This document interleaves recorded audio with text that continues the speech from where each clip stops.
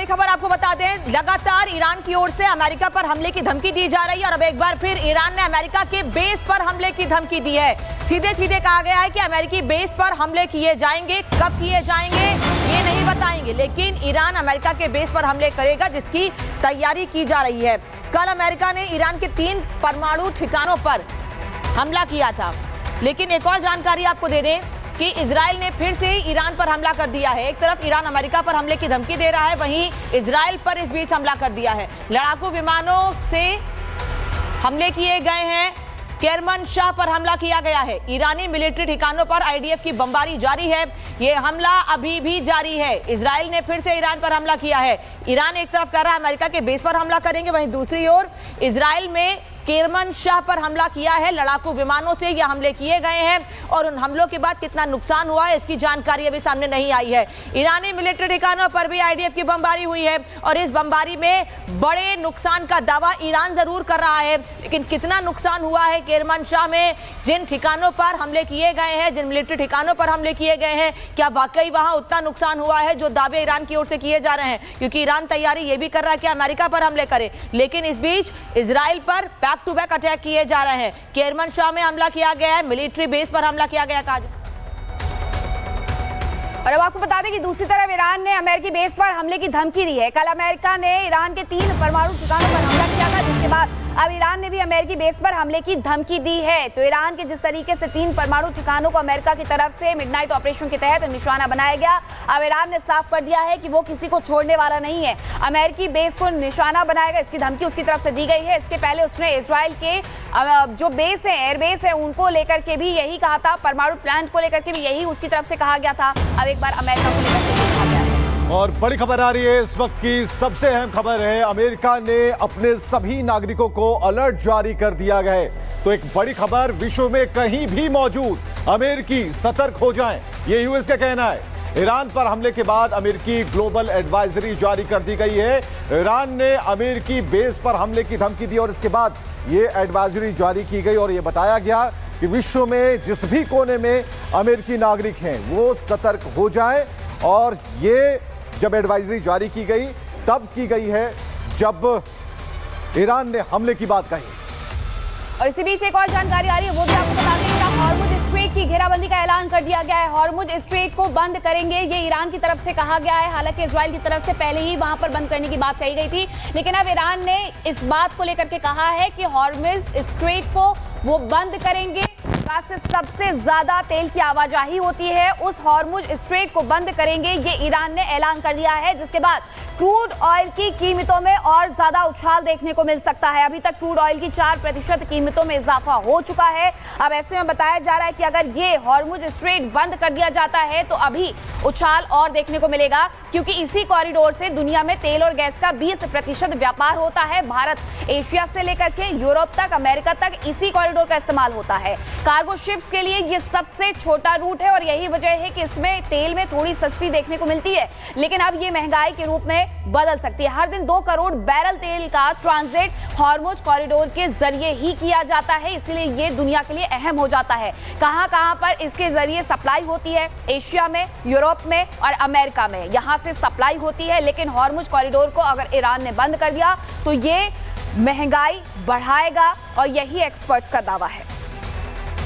और इधर ईरान ने अपनी नौसेना का वीडियो जारी कर दिया। नौसेना खाड़ी क्षेत्र में युद्ध के लिए तैयार है, आईआरजीसी ने कहा। और इधर फारस और ओमान की खाड़ी में हलचल काफी बढ़ चली है। युद्धपोत ड्रोन का आदेश का इंतजार कर रहे हैं। आईआरजीसी ने कहा बस आदेश ही बाकी है और जैसे ही ग्रीन सिग्नल मिलेगा नौसेना खाड़ी क्षेत्र में सभी युद्ध के लिए तैयार हैं। तो ये एक बड़ी जानकारी आईआरजीसी के हवाले से, जिसमें कहा गया है कि भाई फारस और ओमान में जो हलचल बढ़ी है उसे देखते हुए ये अहम खबर इस वक्त की।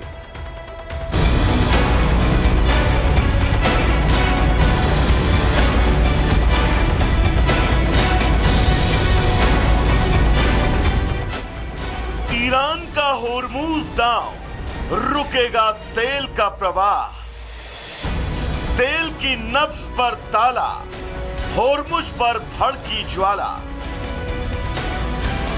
इजराइल के साथ जारी जंग और अमेरिका के हमले से भड़के ईरान ने ऐसा दांव चला जिसने पूरी दुनिया की ऊर्जा नीति को संकट में डाल दिया। ईरान की संसद ने होर्मुज स्ट्रेट को बंद करने की मंजूरी दे दी। वहीं होर्मुज स्ट्रेट, जिसे दुनिया के तेल व्यापार की धमनी कहा जाता है, जहां से दुनिया का हर 5वां बैरल होकर गुजरता है, ईरान की संसद ने उस होर्मुज कॉरिडोर को बंद करने का बिगुल बजा दिया। दुनिया की तेल धमनियों में होर्मुज स्ट्रेट खून की तरह दौड़ता है और अब ईरान ने उस धमनी पर जकड़न का जाल डाल दिया। दरअसल दुनिया में तेल और गैस का 20% व्यापार यहीं से होता है। ये कार्गो शिप के लिए सबसे छोटा समुद्री रूट है, जहां हर दिन 2 करोड़ बैरल तेल का ट्रांजिट होता है। यहां से एशिया, यूरोप और अमेरिका तक सप्लाई होती है।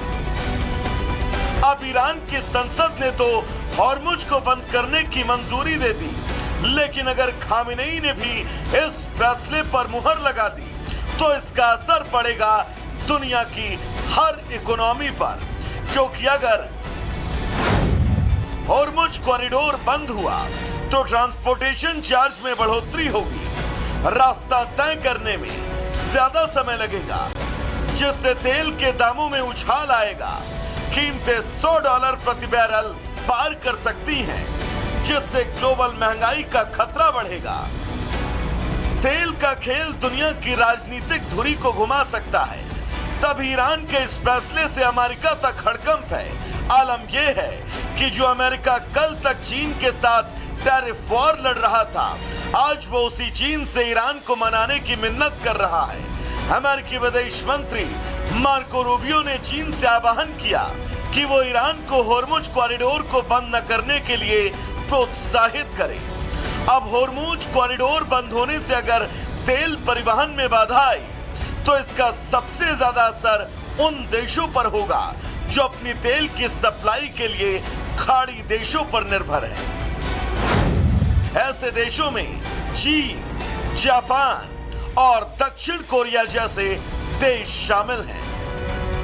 हालांकि होर्मुज कॉरिडोर संकट का भारत पर ज्यादा असर नहीं पड़ेगा, क्योंकि भारत न सिर्फ समय रहते इस खतरे को भाप गया था, बल्कि इससे बचने का इंतजाम भी कर लिया था और मिडिल ईस्ट के मुकाबले रूस और अमेरिका से तेल का आयात बढ़ा दिया गया था। Insofar as the global situation today is concerned, the escalation of tensions in the Middle East was not entirely unexpected. In fact, we had foreshadowed this escalation, and out of the 5.5 million barrels of crude oil that India consumes daily, about 1.5 and 2 million only come through the Straits of Hormuz. We import roughly 4 million barrels through other routes, and our companies, the oil marketing companies, have enough stocks. तेल अब सिर्फ ईंधन नहीं, हथियार बन चुका है। Middle east में तेल का खेल भड़क उठा है। ऐसे में जंग के बीच अगर होर्मुज की खाड़ी बंद हुई तो इसका असर सिर्फ मिडिल ईस्ट ही नहीं, बल्कि दुनिया के कई देशों तक देखने को मिलेगा, जिससे पूरी दुनिया की अर्थव्यवस्था लड़खड़ा सकती है। Bureau report, Republic Bharat.